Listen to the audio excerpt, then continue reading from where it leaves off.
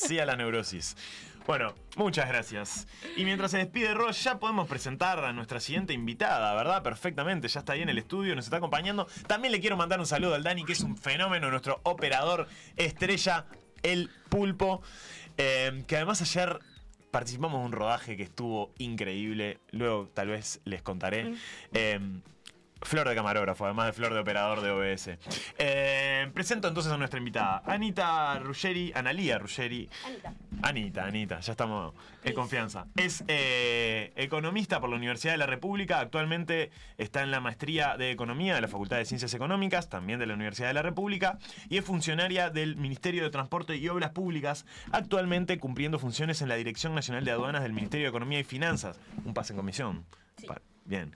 Es apasionada por la política pública y por su capacidad de transformar y mejorar la sociedad en la que vivimos. Es feminista, es militante política y social. Bienvenida. Muy bien, perdonen. Buenas tardes, ¿cómo les va? ¿Todo bien? Muy bien, muy espectacular. bien. Tirando datos. Sí, ya vi. Estoy para sumarme al sindicato de los petizos. Estoy para esa.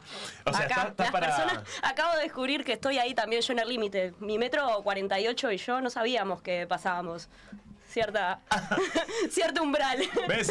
No estás tan en el borde de la campana de A2 como pensabas. Ella, Anita, va a estar adelante tuyo, por ejemplo. Soy re alta, me parece, entonces. Sí, tenés que ponerte al lado mío.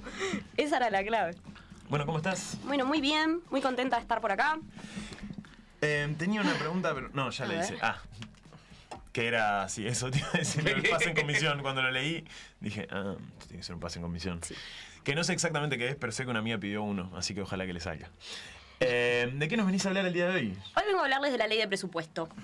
Una flor de ley. Y es una flor de ley. Una lectura liviana, si uno quiere, 714 bellos artículos más 223 páginas en exposición de motivo. Ideal como para que si uno está ahí con carente de sueño, se pueda leerlo para corregir el problema. Para esa gente que se aburre, ley de presupuesto.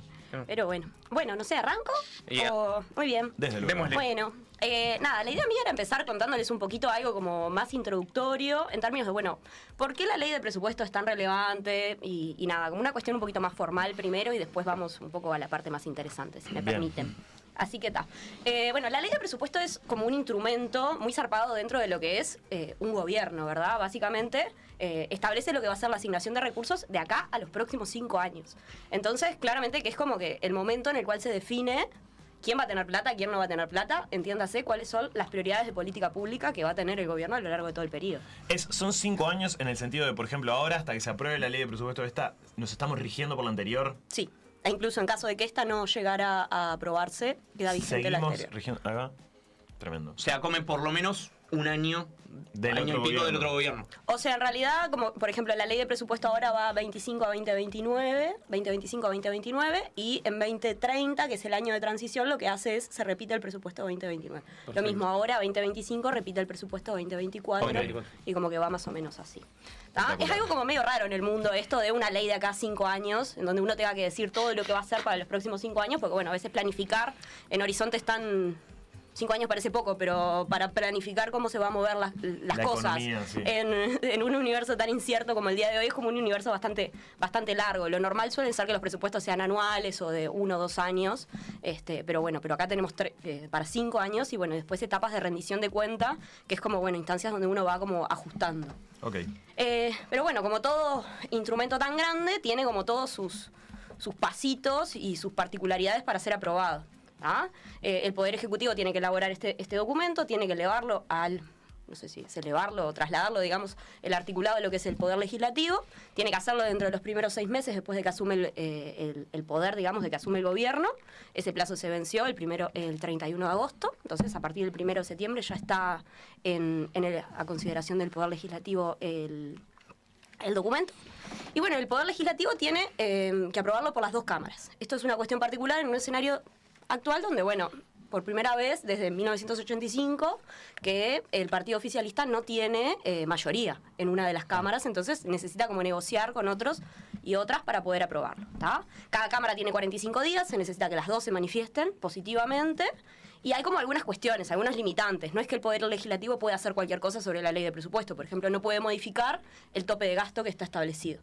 ¿tá? Lo que puede hacer es como redistribuciones, no puede generar como gastos incrementales. Ok. Eso es como una cuestión Son relevante. 45, son 90 días en total o son 45 días. 45 días ¿Y los por mismos cámara. para las dos cámaras? Sí, o sea, hay una cuestión de que si hay una cámara que genera una modificación, la otra cámara la tiene que también aprobar, ahí también hay plazos, Ok. cosas, no me quise poner mucho en eso porque son Bien, muchos no, tecnicismos. ta.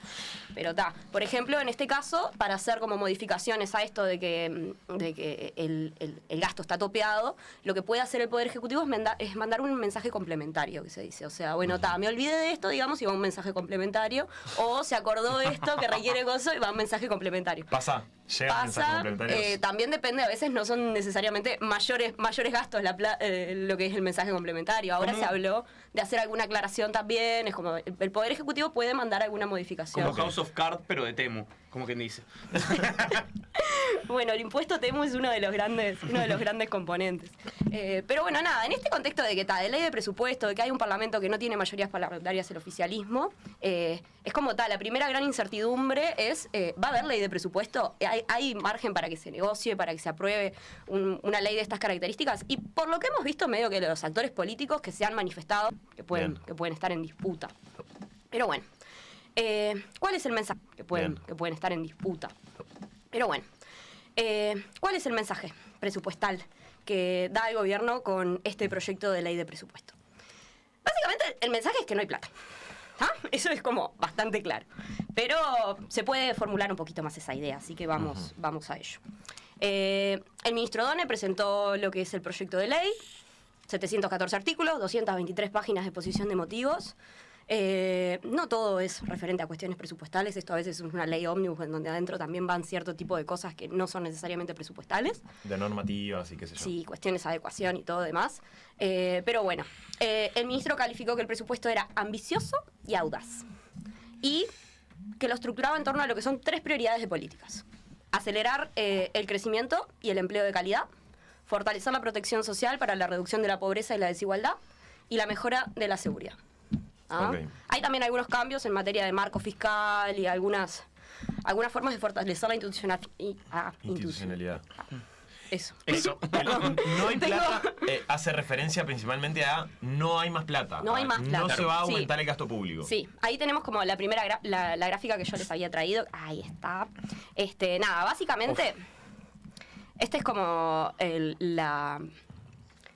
lo que es la asignación presupuestal total. ¿tá? Tenemos 2025 a 2029. Noten que la gráfica tiene una cuestión de escala también. O sea, como que hay un salto en 2025. Esto está medido en millones de pesos, son valores nominales. Básicamente tenés 926.276 millones de pesos en 2025 y ahí se da un salto en 2026 que lleva de 926.000 a 993.000 pesos, millones de pesos, el gasto. Y después se mantiene más o menos estable. Ahí, ¿verdad? Bien. Bueno, ¿cómo se conforma este número? ¿Ah? Básicamente tenés como todo presupuesto, hay un lado de los gastos, hay un lado de lo que son los ingresos. ¿Ah? Por el lado de los gastos, estamos hablando de que lo que se hace es básicamente mantener lo que es la asignación presupuestal que existe hoy vigente. ¿Ah? Sería la del último año del gobierno de coalición. Y se generan recursos presupuestales incrementales que comienzan siendo para 2026 del orden de los 140 millones de dólares y que van subiendo paulatinamente hasta en 2029 alcanzar unos 240 millones de dólares. Bien. 240 millones de dólares, 140 millones de dólares suena como un número bastante grande. En la caja de ahorro de cualquiera de nosotros es una fortuna, pero en términos de presupuesto público es poquita plata. Muy, muy poquita plata. Esa es la realidad. ¿Ah? ¿Cómo se distribuyen estos montos incrementales? Es lo que está en la gráfica de... Es un aumento, por lo la que veo derecha. ahí de la gráfica haciendo cuentas en el aire, como de un 5% en gasto público. Sí, ¿No? Más o menos. sí, pero en realidad es tipo también hay una cuestión de que el gasto público se mide en relación al PBI, también el PBI se aumenta, es como que Ok, bueno, claro. hay como una cuestión ahí de que hay que ir viendo cómo evolucionan esos números acorde al crecimiento, para saber cuánto termina efectivamente pesando en el global del gasto. Pero bueno, se dividen los recursos incrementales, que ya creo que señalé que son poquitos, de la siguiente manera como está en la gráfica a la derecha. ¿Ah? 40% de ese incremento va a infancia y adolescencia, Bien. hay un 15% que va a seguridad, un 11% que va a salud, un 11% que va a vulnerabilidad social, crecimiento, un 12% y el paquete otros incluye el 11% restante. ¿Qué son estas medidas que están incluidas acá adentro? Y básicamente yo que sé, en la parte de infancia y adolescencia hay una expansión del bono escolar, hay becas BUTIA para educación media, tienen una ampliación de la cobertura y de los montos, hay como varios esfuerzos en materias de transferencias, materias de recursos que se ponen, digamos, a disposición de la población. No vas a ver acá grandes tipo creación de grandes equipos, creación de casas, grandes obras, no hay nada de eso. Hay como cuestiones más específicas de gasto que se traslada. Que va directo a transferencia a los ciudadanos. Sí. En ese sentido es como que, bueno, los gastos son escuetos, pero están todos puestos en cosas que llegan, digamos, como de forma bastante tangible al beneficiario o la beneficiaria. En términos de seguridad hay una cuestión de incremento de tobilleras. Acá hay lo único donde hay un ingreso de personal, que son 1.000 funcionarios en el INR, y la cobertura de vacantes en el Ministerio del Interior. Okay. Se crean algunas fiscalías, por ejemplo, Fiscalía de Cibercrimen, Fiscalías y Juzgados de Violencia de Género y de Ciudad del Plata. Como que hay algunas cuestiones ahí, hay también algún foco en cuestiones de salud mental, que era como el otro objetivo que había. Y después, bueno, hay una serie de paquetes que son lo que el equipo económico ha llamado el fortalecimiento del clima de negocios, digamos, ¿verdad? Como generar un ambiente. 11% de Claro, son cuestiones tipo, por ejemplo, hay una cuestión que es Uruguay. Estoy con la lengua trabada hoy, disculpen. Uruguay Innova, el fortalecimiento de Uruguay 2021, digitalización, esta agenda de desburocratización. Que en algún momento manejó el gobierno. O sea, la desburocratización lleva plata. Sí. Qué ironía. Y es que a veces lleva, yo qué sé, por ejemplo, vos pasas a digitalizar un trámite, bueno, necesitas informáticos que lo generen, como que cierto tipo de cosas. Hay que diseñarlo. Ya no precisas la persona que está ahí recibiendo el papel en formato físico, pero necesitas como otro tipo de cosas. Bueno, un dato sobre lo ínfimo, que estaba hablando como lo de las tobilleras, como tener más, estaban agotadas, entonces los policías tenían que ir cuando se hacía una denuncia, ir in situ a hacer de tobillera analógica. Entonces, sí, se entiende, pero meses que estuvo agotada la tobillera. Insólito. Qué fuerte. Se rompen y todo eso, ¿no? Además. Sí, bueno, pero parece como algo bastante sensible para lo cual quedarse sin stock. Exacto. Sí, total. ¿No? Pero bueno, así que está. Eso por el lado de los gastos. ¿En qué se gasta? Bueno, ahora, ¿cómo se financia esto? ¿Verdad? Y es como, para esto el gobierno asume una proyección de crecimiento del orden del 2,4% anual y además hay adecuaciones tributarias. Es el nuevo eufemismo para hablar de impuestos. Perfecto. En este sentido se hablan de una serie de propuestas que buscan la modernización y equidad tributaria. Y, según el equipo de gobierno, van estructuradas en dos líneas. Uno, localizar en Uruguay tributos que hoy ya se pagan y se pagan afuera. Y dos, ciertos ajustes técnicos que buscan la equidad horizontal y la efectivización de ciertos impuestos existentes. ¿Está? Suena como algo muy, muy entreverado. La gracia es que, a grandes rasgos, hay tres grandes impuestos, tres impuestos que se pretenden incorporar, ¿tá? Con los cuales el gobierno pretende recaudar unos 700 millones de dólares, ¿tá? Algo que es menos de un 1% del PBI, como para que nos hagamos una idea. ¿Tá? Bien. El famoso impuesto global, capaz que lo habrán escuchado. No. Ni idea. El impuesto global, impuesto mínimo complementario doméstico se llama estrictamente, es un impuesto internacional, o sea, es a nivel internacional, fomentado por la OCDE, que básicamente lo que lleva es como para... ¿Vieron que acá en Uruguay existen las zonas francas? Sí. Bueno, esos son partes del territorio nacional donde el capital global no paga impuestos, básicamente. O sea, ¿serían creación de más zonas francas? No. Esto es como la idea es que viene a suplantar eso. En lugar de hacer que los estados compitan para atraer los capitales globales y se instalen en regímenes donde no pagan nada, la OCDE lo que dice es, no, bueno, esta gente, estos grupos multinacionales, que son aquellos que facturan más de 750 millones de euros anuales, o sea... Sí, una gente cifra que grande. la plata tiene. la pesa, no la cuenta. O sea, estamos hablando de ese tipo de grupos. Tienen que pagar al menos un 15%. Ok. En dónde lo pagan es lo que se establece a partir de esto, ¿verdad? Que Uruguay se sume al impuesto mínimo global, lo que hace es que se suma, digamos, con el objetivo de... Lo cobra el mundo y lo distribuye. Vos lo que haces en realidad es localizarlo acá. No lo cobra el mundo, lo cobras vos. Ah, bien. Pero como que le das al capital internacional la posibilidad de decir, bueno, ¿dónde? Al final Pero sin que ahora puedas vos decir, te ofrezco que pagues cero. Claro, Tenés que bien, pagar al bien, menos bien. 15. Vos ves Está en bárbaro. dónde. Yo capaz puedo elegir cobrarte menos de 15. Bien, pero ahí bien. puede venir otro y decir, bueno, yo le cobro lo que falta hasta 15. ¿Se entiende? Sí. Donde si Sí, yo sí, tengo una sí, empresa sí. que está en Uruguay y Argentina, bueno, yo capaz digo, yo le pago 10 y Argentina dice, yo le pago el 5 que falta. ¿Se entiende? Como que viene bien, un poco bien, así. bien. Le cobro, no le pago, perdón, dije. Es como un impuesto vaquita, ¿no? Todos terminamos juntando para terminar de pagar ese 15%. Pero es que en realidad el 15% lo paga la multinacional, no lo paga el Estado. O sea, es como quién se queda con esa Perfecto. recaudación. No, claro, como claro. que es, Claro. es como una forma en la cual se establecen condiciones a nivel global para que eso se garantice. Porque si no, es tipo, yo puedo decir, yo le quiero cobrar 15, pero donde yo le quiero cobrar 15 se va al del lado que no le cobra nada y en realidad, entonces es como un impuesto que tiene sentido únicamente cuando hay una gobernanza a nivel global. ¿verdad? Correcto. Entonces los países se Perfecto. suman a ello. Aprovecho a pedirle a las personas que están escuchando que le den like al video y también abrir la posibilidad de que si quieren dejar alguna pregunta en algún momento lo puedan hacer, ¿verdad? Continúo entonces, pasado el aviso. Después viene el famoso impuesto TEMU. ¿Ah? El impuesto TEMU en realidad no es el impuesto específicamente a TEMU, sino es un impuesto a compras minoritarias del exterior, envíos postales, que se van a empezar a gravar por IVA, con IVA, ¿verdad? Ujú.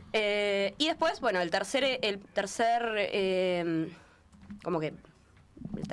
instrumento que como que completa tercer este paquete pata. es la parte del IRPF a rentas e incrementos patrimoniales del exterior por residentes que viven en el exterior. ¿Tá? Básicamente, tipo, yo qué sé, antes si vos comprabas una acción a 100 pesos y la vendías a 200, esa diferencia, esa ganancia que vos hacías no estaba grabada por nadie. Hoy en día, como que esto es la adecuación que se hace, es empezar a hacer que esto se empiece a cobrar. ¿Tá? Con estos ingresos y con estos gastos, el Poder Ejecutivo proyecta, las autoridades económicas proyectan, que el gobierno del Frente Amplio va a terminar el periodo con un nivel de gasto que es bastante similar al gasto que existe actualmente, pero con un nivel de déficit menor. Ok. ¿Ah? El nivel de déficit hoy en día se estima para 2025 en el entorno del 4,1, 4,2. La idea es que suba a 4,5 más o menos en 2026 y después de ahí empieza un camino a la baja para terminar en 2029 en el entorno del 3%. ¿Ah? Ese es como que a grandes rasgos lo que es el mensaje presupuestal. ¿Ah? Ok. Hay un gobierno ahí que asumió, encontró una situación fiscal mucho más compleja de la que parecía al principio y en base a eso tomó la decisión de mantener su objetivo de bajar el déficit fiscal y sacrificar el gasto. Eso es una decisión Bien. que tomó el gobierno, el Poder Económico, y que está plasmada en el proyecto de ley que fue al Parlamento. ¿Ah? Correcto. Como una decisión y está bastante claro. Repercusiones, críticas, comentarios, de todo hay. En primer lugar, la primera que saltó es como que hay una cuestión muy optimista respecto a cuánto vamos a crecer. Ok. No puede ser que vos estés proyectando un 2,4% anual cuando el Uruguay en los últimos 10 años creció a razón del 1,1 al año. ¿Ah? Sí, sí. No puede ser que tampoco proyectes ese salto sin que haya ningún proyecto grande. No hay ningún tren de UPM que te vaya como a No hay- apuntalar el crecimiento. claro, no hay ningún no hay boom un, para- de ese megaproyecto que antes capaz estábamos más acostumbrados a verlo por periodo alguno. ¿Tá? La defensa del equipo económico consiste básicamente en decir que, primero que nada, es verdad que las proyecciones pueden ser un poquito optimistas, pero son las menos optimistas de los últimos 3 presupuestos. ¿Ah? Claro. Básicamente el gobierno del Frente Amplio en 2015 había proyectado un nivel de crecimiento y logró un tercio de lo que había proyectado, y el gobierno de la calle Pou de coalición de 2020 proyectó un crecimiento y logró la mitad. ¿Ah? Estas son las menos de todas esas, Ok. menos optimistas. ¿Tá? Y O sea, además, bajar expectativas asegura logros. y bueno, en realidad es como una cuestión, tampoco como que te pones Claro. como, no sé, con locas pasiones en realidad, como que no es algo que está tan volado de la realidad, porque también lo que señalan las autoridades económicas es que hay, a nivel de lo que son los analistas privados y demás, están manejando como niveles de crecimiento del Uruguay bastante parecidos a lo que proyecta el gobierno, porque es verdad que en los últimos 10 años crecimos a razón del 1,2, pero en los últimos 5 años en realidad crecimos un poco más. Hay como algunos eventos, por supuesto la pandemia, lo que fue la sequía, que lo que hacen es como que bajar ese crecimiento en ciertos momentos Sí, eventuales. sí, sí. Entonces, en realidad, lo que proyecta esto es que si no sucede nada raro, si a nadie se le ocurre comerse un murciélago Claro, que genere no. cosas en algún lugar del mundo, esto podría llegar a suceder. Pero bueno, las cosas evidentemente pueden pasar, tanto para la baja como para la alza, ¿verdad? Porque bueno, Sí, sí, siempre también puede haber consideramos más la posibilidad de crecimiento. que esto sea menos, pero también puede haber más. Así que está. Ok. Y bueno, después de eso como que la gran repercusión estaba en torno a la creación de impuestos.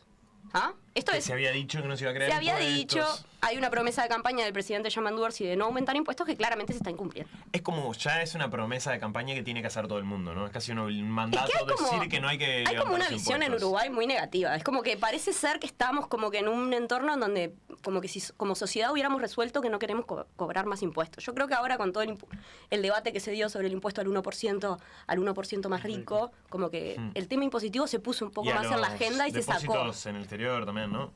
Sí, puede ser, no vi nada de eso. Pero sí, puede ser. Pero Sí. como que se vuelve Claro, a poner el o- tema en agenda. Quedó un poco menos demonizado. Claro, porque- pero estaba porque es el como que impuesto a los tipo- malos. Claro, es eso. Es tipo, hay una cuestión de que si prometés esto, perdés. Opinión Básicamente. popular, Si llegás a creo decir que que- subís los impuestos, perdés. Pero Que bueno, podríamos está. pagar más impuestos. Yo creo que. Yo creo que podríamos todos, capaz que no, pero hay ciertos Seguro. impuestos que se pueden trabajar, ¿verdad? Focalizarse en cierto tipo de cosas. Yo qué sé. Tenemos acá una pregunta del chat de Tomás que A ver. dice: ¿puede ser que este presupuesto solo cierra con la carne a precios de guerra durante todo el periodo? No. No, Tomás. No, eso sería en esto que yo digo, tipo, una posible escenario positivo, digamos. Hay precios internacionales fuera de lo normal. Bueno, eso sería un escenario extremadamente positivo para lo que es el mercado uruguayo. E incluso en ese escenario como que el presupuesto mejoraría. Sí, Hasta tal el cual. resultado sería tal cual. mejor, o sea, pero en realidad entiendo que no se parte de eso. ¿Ah? Bien. Después, bueno, se incumple promesa de campaña. Eso es algo que es un dato. Al que le guste, bien, al que no, bueno, está. Bien, Hay me mucha gusta, gente me que gusta. lo ha tratado como de disimular cosas, pero no, hay un incumplimiento. ¿Ah? Entonces, ¿cómo se responde de ese incumplimiento? Bueno, está. Nada. La forma es el impuesto TEMU. El impuesto TEMU, básicamente lo que supone es que hasta ahora, cada uno de nosotras podía realizar hasta 3 compras al año por un tope de hasta $200 cada una, que estaban totalmente libres de impuestos. ¿Tá? Ahora lo que se hace es, esa compra empieza a estar grabada con IVA, y además pasan de ser, en lugar de ser 3 compras de 200, lo que se estipula es un máximo de 800. En total. En total. ¿Ah? Vos ves cómo lo administrás. ¿tá? Perfecto. Lo que acá también hay algo por detrás de, bueno, yo no sé si ustedes lo saben, pero el efecto TEMU ha sido un efecto que ha sido como, wow. Ha hecho tambalear a Ha hecho muchos tambalear muchas comerciantes. cosas. Sí, la verdad que sí, hay como realmente, o sea, precios que son irrisorios para lo que es el mercado actual. Sí, Aparte total. la gente que tiene como facilidades de... Es como realmente sencillo. Sí, sí, la sí, volucompra de Temu es algo que creo en lo que todos hemos caído, al menos alguna vez, ¿no? Pero Una está... vez sola. ¿Eh? Una vez sola. Solo una vez. Dos. Bueno, yo tengo un perro muy destructor de juguetes e importo en cantidades sus juguetes. Porque es Bien. bueno para mi bolsillo. Pero nada, yo qué sé. La realidad es que con el cambio, con la introducción del IVA, uno no cambia esa realidad. O sea, las cosas siguen siendo ridículamente baratas. Claro. Pero entonces yo creo que como que se ha juzgado un poco mal la parte de esta iniciativa, mirando solo la parte de lo que encarece en términos de precio. A vos también lo que te habilita es a pasar de a compras de $200 a compras que pueden llegar hasta 800. Eso es lo traer que cosas implica. grandes. Podés traer cosas que antes estaban restringidas y lo claro es la tecnología. Yo capaz tengo el Twitter demasiado inundado de gente de fútbol, pero la cantidad de varones diciendo me traigo la Play que tengo en mi inicio de Twitter es alucinante. Pero es tipo, la gracia es esa, que vos pases de comprar esos $600 anuales en la volucompra de Temu y la gastes en otras cosas que, por ejemplo, pueden ser tecnología. Y además, y ahí generás una competencia en precios en cosas que acá no hay demasiado. Entonces y hay como un cambio beneficia a ahí. los pequeños comerciantes en detrimento de los grandes, ¿no? También, o sea, en el sentido de las personas que venden cosas más pequeñas, digamos, Sí, bueno. a la comercial, pero no a las super tiendas de, ¿me entendés? No beneficia a Nintendo, bueno, está. No, sí, o sea, como la gracia Joder, es que sí. vos te puedas comprar cosas que no son tan comunes en el mercado internacional, que te puedas comprar una computadora, que te puedas comprar cámara, que te puedas comprar, bueno, la Play, cosas como que más caras, más grandes, tecnología, y que la compra de Temu, que Sirva, vayas sí. al barrio de los judíos, que vayas a cualquier kiosquito, techito Seguro. verde, como que, bueno, la idea es como hacer ese cambio, ese ajuste. ¿Tá? Después el impuesto mínimo global, hay como un montón de críticas en torno a esto. Ha salido la Cámara de Zonas Francas a criticar, diciendo que Uruguay iba a incumplir ciertos acuerdos que tienen. Y yo creo que hay que ser muy claro con esto. ¿Cómo es esto? El gobierno ha sido muy claro de que no va a cobrar impuesto el impuesto mínimo global a ninguna empresa que ya no lo esté pagando. Ah, mirá. ¿Ah? Y han sido muy claros Ok. con eso. O sea, yo es como que he visto mucho debate, Igual debate. Si se ofende la Cámara de Zonas Francas, yo me No nos pongo molesta. contento, claro. Pero bueno, está. Sí, está. Yo qué sé, es como también esa cuestión de que la Cámara de Zonas Francas decía, ¿cuál es el apuro? Y sí, obvio, ellos no tienen ningún Claro. apuro por arrancar a pagar el impuesto, por supuesto que no, pero bueno, está. El Estado uruguayo sí tiene una necesidad de recaudar y en base a eso es que procede a ejecutar este tipo de cosas. Pero lo está haciendo según ellos, según las autoridades, en diálogo con los distintos empresarios y demás, y respetando los acuerdos que ya están previamente firmados. Los compromisos legales que están por escrito se proponen respetar. Hay un montón de cosas que, bueno, que la implementación las definirá porque bueno, esto también requiere que el impuesto, que los créditos, que lo que pagan tenga que ser validado por la OCDE, porque no puede ser sino que donde yo lo hago medio mal, capaz que te cobro 15%, pero después la OCDE no te lo reconoce y te quieres cobrar de vuelta el 15%. Entonces hay como una serie de cuestiones ahí que están para ser resueltas por el lado de la implementación. Ok. Este paquete de medidas de impuestos, ¿se aprueba o no se aprueba? Porque uno a priori podría decir, bueno, los actores del sector político como que no están a veces muy afín a aprobar impuestos, pero hay ahí como, yo qué sé, me parece que apareció Cabildo Abierto desde Sí, tal cual. Fueron los primeros que aparecieron. Manini Ríos diciendo, yo lo puedo votar, sí.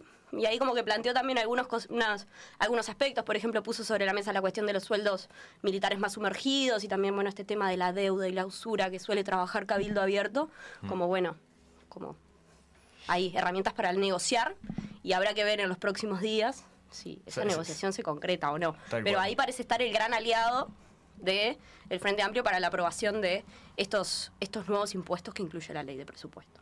¿Ah? También se le han hecho críticas desde las bases o de parte de la militancia social de que es un presupuesto un poco conservador, Bueno, digamos, ¿no? venía por ese lado ahora porque, bueno, como que las críticas más sociales vienen por el lado de los gastos, ¿no? ¿Estamos de acuerdo? Claro. Sí. ¿Ah? Porque, bueno, No de dónde vamos a sacar, sino en dónde la vamos a ¿en qué la poner. vamos a gastar? Sí, porque, a ver, también digamos, el presupuesto que pone sobre la mesa el gobierno es el mismo prácticamente del último gobierno de coalición. Del último Total. año del gobierno de coalición. Enseguida salta la duda de qué onda esto, no somos tan distintos entonces, y un montón de ¿Cuál es la propuesta? como interpelaciones que se hace el militante político al respecto. Y la realidad es que el nivel de gasto es tan marginalmente superior que como que dejó a todo el mundo con un gusto a poco, ¿no? Esa es la realidad. O sea, creo que no hay quien diga obtuve todo lo que quería. Nadie. No hay absolutamente nada. Pero la realidad es que, bueno, parece que nivel de gasto muy contenido. El mismo presupuesto que básicamente proponía el gobierno de coalición en 2024. Y además, una tendencia a la baja del déficit fiscal parece una propuesta media que hecha para que la apruebe un parlamento en donde el Frente Amplio no tiene mayoría parlamentaria. Claro, sí, total. Como que está como armado para ese estilo. Pero bueno, claramente el escenario no era el esperado para lo que es la militancia, para lo que son los actores sociales, la militancia de la propia fuerza política y también para lo que son los actores sociales. Es tipo... la excusa, digamos, no es la excusa, pero en realidad el fundamento que encuentra el equipo económico es, bueno, encontramos una situación fiscal. Yo honestamente lo creo, que el gobierno como que aspiraba a tener otro nivel de gasto, pero se encontró con una situación fiscal que no era la prometida. Hay un nivel de gasto de $1.000 millones superiores a lo que se proyectaba para 2024.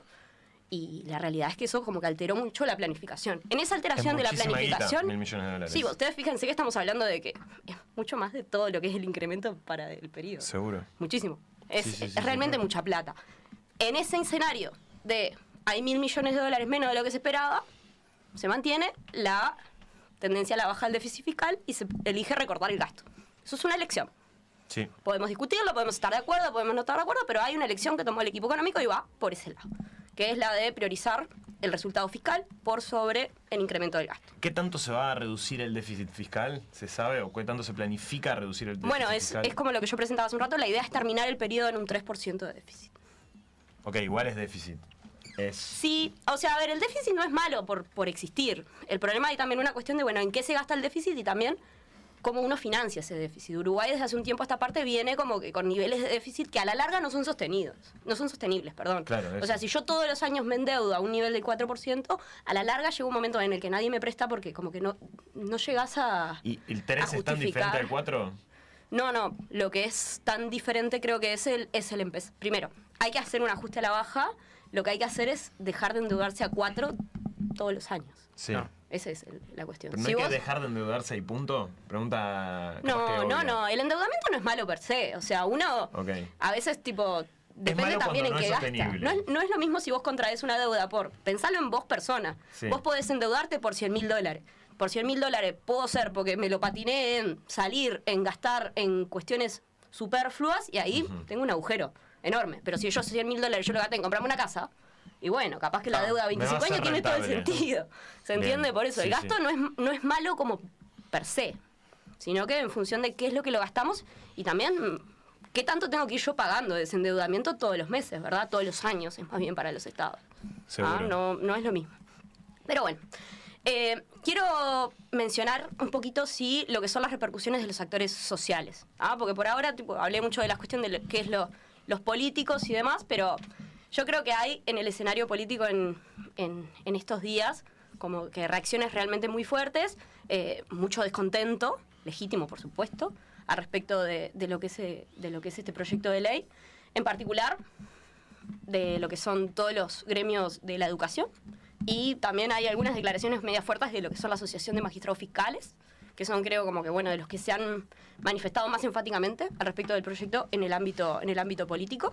William Rosa, de la Asociación de Magistrados Fiscales, perdón, en particular estuvo haciendo algunas declaraciones muy fuertes que a mí me gustaba, como nada, planteaba como no muy fuertes en término negativo, bueno, hay quien puede entenderlos que sí, pero me parecía que planteaba una discusión que era interesante, que es que, bueno, calificó como, bueno, migajitas los Claro. créditos presupuestales que se asignan a la Fiscalía, pero también como que problematizó sobre el hecho de cómo la Fiscalía, como organismo de contralor del poder político, estando débil, puede llegar a ser de utilidad para el poder político, para Y había una cuestión de hacerlo criticar adrede, de también no querer. Y había una cuestión también de criticar que como si digamos que financiar el Poder Judicial es parte digamos, de la lucha por la seguridad. Sí, ¿Se entiende? sí, sí. Como diciendo, si una de nuestras prioridades es la seguridad, ¿por qué no hay más dinero en el Poder Judicial? Sí, sí. Sí, o Las sea, fiscalías están totalmente saturadas, etcétera. Es un problema. es un problema. Hay un problema realmente ahí. Y hay un problema en un montón de ámbitos del Estado. Y claro, y evidentemente, bueno, hay algunos que son como más fuertes Evidente, que otros, sí. pero sí. Y bueno, y también está en la capacidad de los actores de poder visibilizarlos y canalizar recursos para solucionarlos, ¿verdad? Pero bueno, después también la típica lucha presupuestal a nivel de la educación, ¿no? Yo creo que ahí es donde van a estar como Sí, más sí. el foco del conflicto en estos meses, no sé Sí, si sí, decirle sí. meses, pero Un de par de acá meses. a un par por lo menos de semanas, bastante, un mes seguro de mucha Conflictividad, sí. conflictividad, de mucha movilización. Yo qué sé, los gremios de la universidad, realmente en la universidad hay como bastante descontento. Estamos hablando de que el presupuesto de la universidad crece en algo así como un 3%, pero a la larga, en el periodo, con la variación del PBI y demás, la participación en el PBI cae de la universidad. Es como, bueno, hay como ahí varios focos de descontento, que bueno, que como les había comentado antes, el Poder Legislativo tiene como un margen acotado Sí. para solucionar. Lo que tienen que hacer más que nada es como, bueno, buscar posibles redistribuciones. Y ahí, al menos, yo vengo un poco del palo de la universidad y de los gremios estudiantiles, y la cuestión de, siempre ha sido como una estrategia al tratar de apostar a lo que son los diputados del interior, las diputadas del interior, como bueno, para tratar de llevar un poquito más de recursos, pero siempre en este Seguro. escenario de redistribución, de una cosita de acá para allá, nada sin grandes cambios. Así que bueno, ese es un poco El lo que panorama. tengo. El panorama, sí está el patio, diría. Un youtuber que a mí me gusta consumir. Así que nada. ¿Cómo es esto? Hay muy pocos recursos, hay un escenario fiscal bastante restrictivo y bueno, y hay una priorización por tratar de mejorar ese resultado fiscal por sobre el incremento del gasto. Muchas gracias. Gracias a ustedes por Muchas el gracias, espacio. Anita. Así que bueno, nada, espero volver a la la próxima con noticias más alentadoras. Sí, tal cual.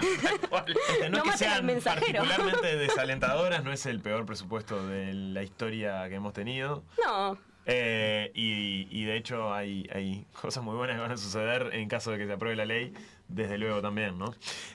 Como todo tendrá sus pros y sus contras Exacto. y se evaluará al final del periodo y también hay un margen para correcciones en función de cómo se va marchando y de cuáles sean nuevas urgencias que puedan ir surgiendo del país en cada una de las rendiciones de cuentas, ¿verdad? Esto no es algo que quede sellado en piedra de acá los próximos 5 años, pero es algo que marca como Claro. cierto tipo de líneas en base a sobre cuáles son los ejes sobre los que se va a estar dando esa discusión. Esperemos que, como dijo Tomás, se desate la guerra en todo el mundo y Uruguay Esperemos que no, nos por el vaya bien de mucho todo el mejor. mundo. No, sí, que nos vaya mejor exportando carne y que por tanto tengamos el presupuesto para darle el dinero que se merece a la educación pública. Bueno, Esperemos muchas que gracias. podamos depender de expectativas más alegres.